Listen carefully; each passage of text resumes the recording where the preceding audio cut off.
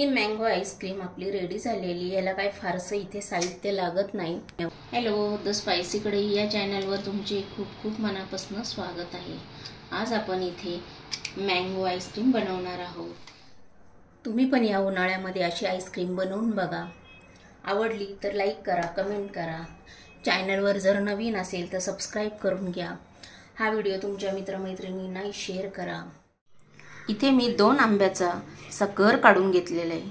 आता आपण हा मिक्सरला फिरून घेऊया। इथे आपला आंब्याचा गर मिक्सरला फिरून झालेला आहे। इथे मी 1 कप भरून क्रीम घेतलेली, जी दुधावरची साय असते ती 1 कप भरून घ्यायची। जर आपल्याकडे दुधाची साय नसेल तर आपण इथे अमूलची पण क्रीम वापरू शकता। आता आपण हे याच्यामध्ये ओतून घेत आहोत। आता मी हे छान हँड मिक्सरने फिरून घेणार आहे मस्त।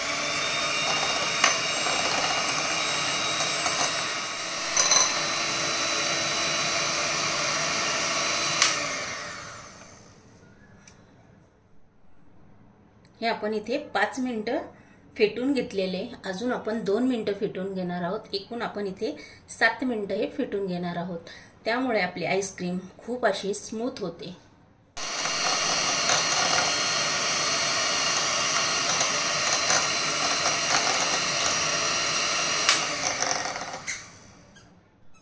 इथे आपलं छान फेटले गेलेले आहे आणि दुप्पट झालं त्याच्या।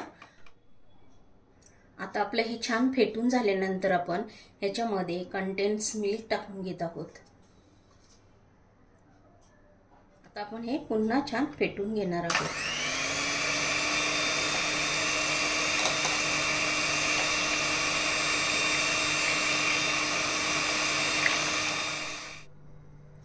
हे आपलं छान मस्त फेटून झालेले आहे।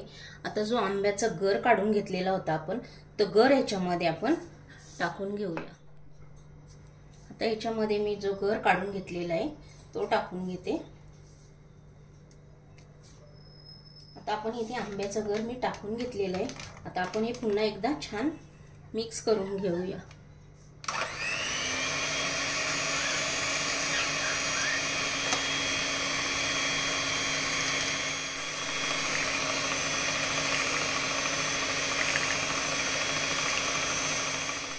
आता आपलं हे छान मस्त कंडेन्स मिल्क, क्रीम आणि आंब्याचा गर हे छान मिक्स झालेलं आहे।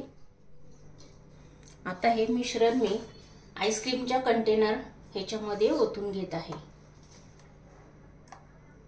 असं सर्व ओतून घेते।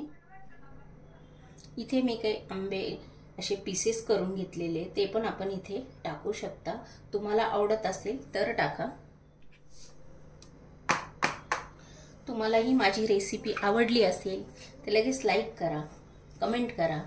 तुम्ही या उन्हाळ्यामध्ये अशी मस्त आंबा आईस्क्रीम बनवून बघा।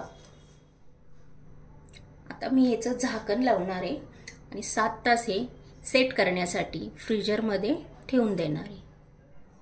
इथे आपली आईस्क्रीम 7 तास आपण फ्रीजरमध्ये ठेवलेली होती। आता ती छान सेट झालेली आपण काढून घेऊया। आईस्क्रीमचा कंटेनर पॅक आहे, त्यामुळे मी इथे प्लास्टिकचं कव्हर लावलेलं नव्हतं। तुम्ही बघू शकता इथे आपली आईस्क्रीम किती छान मस्त तयार झालेली आहे। खायला पण तेवढीच थंड आणि टेस्टी असते। तुम्ही बनवून बघा। अशी छान मस्त चविष्ट आईस्क्रीम आपली इथे तयार झालेली आहे। आता आपण ही एका बाउलमध्ये काढून घेऊया। तुम्ही या उन्हाळ्यामध्ये अशी मँगो आईस्क्रीम नक्की बनवून बघा। आवडलीच तर लाईक करा, कमेंट करा आणि वेळात वेळ काढून तुम्ही माझी ही रेसिपी बघितली त्यासाठी तुमचे मनापासून खूप खूप धन्यवाद।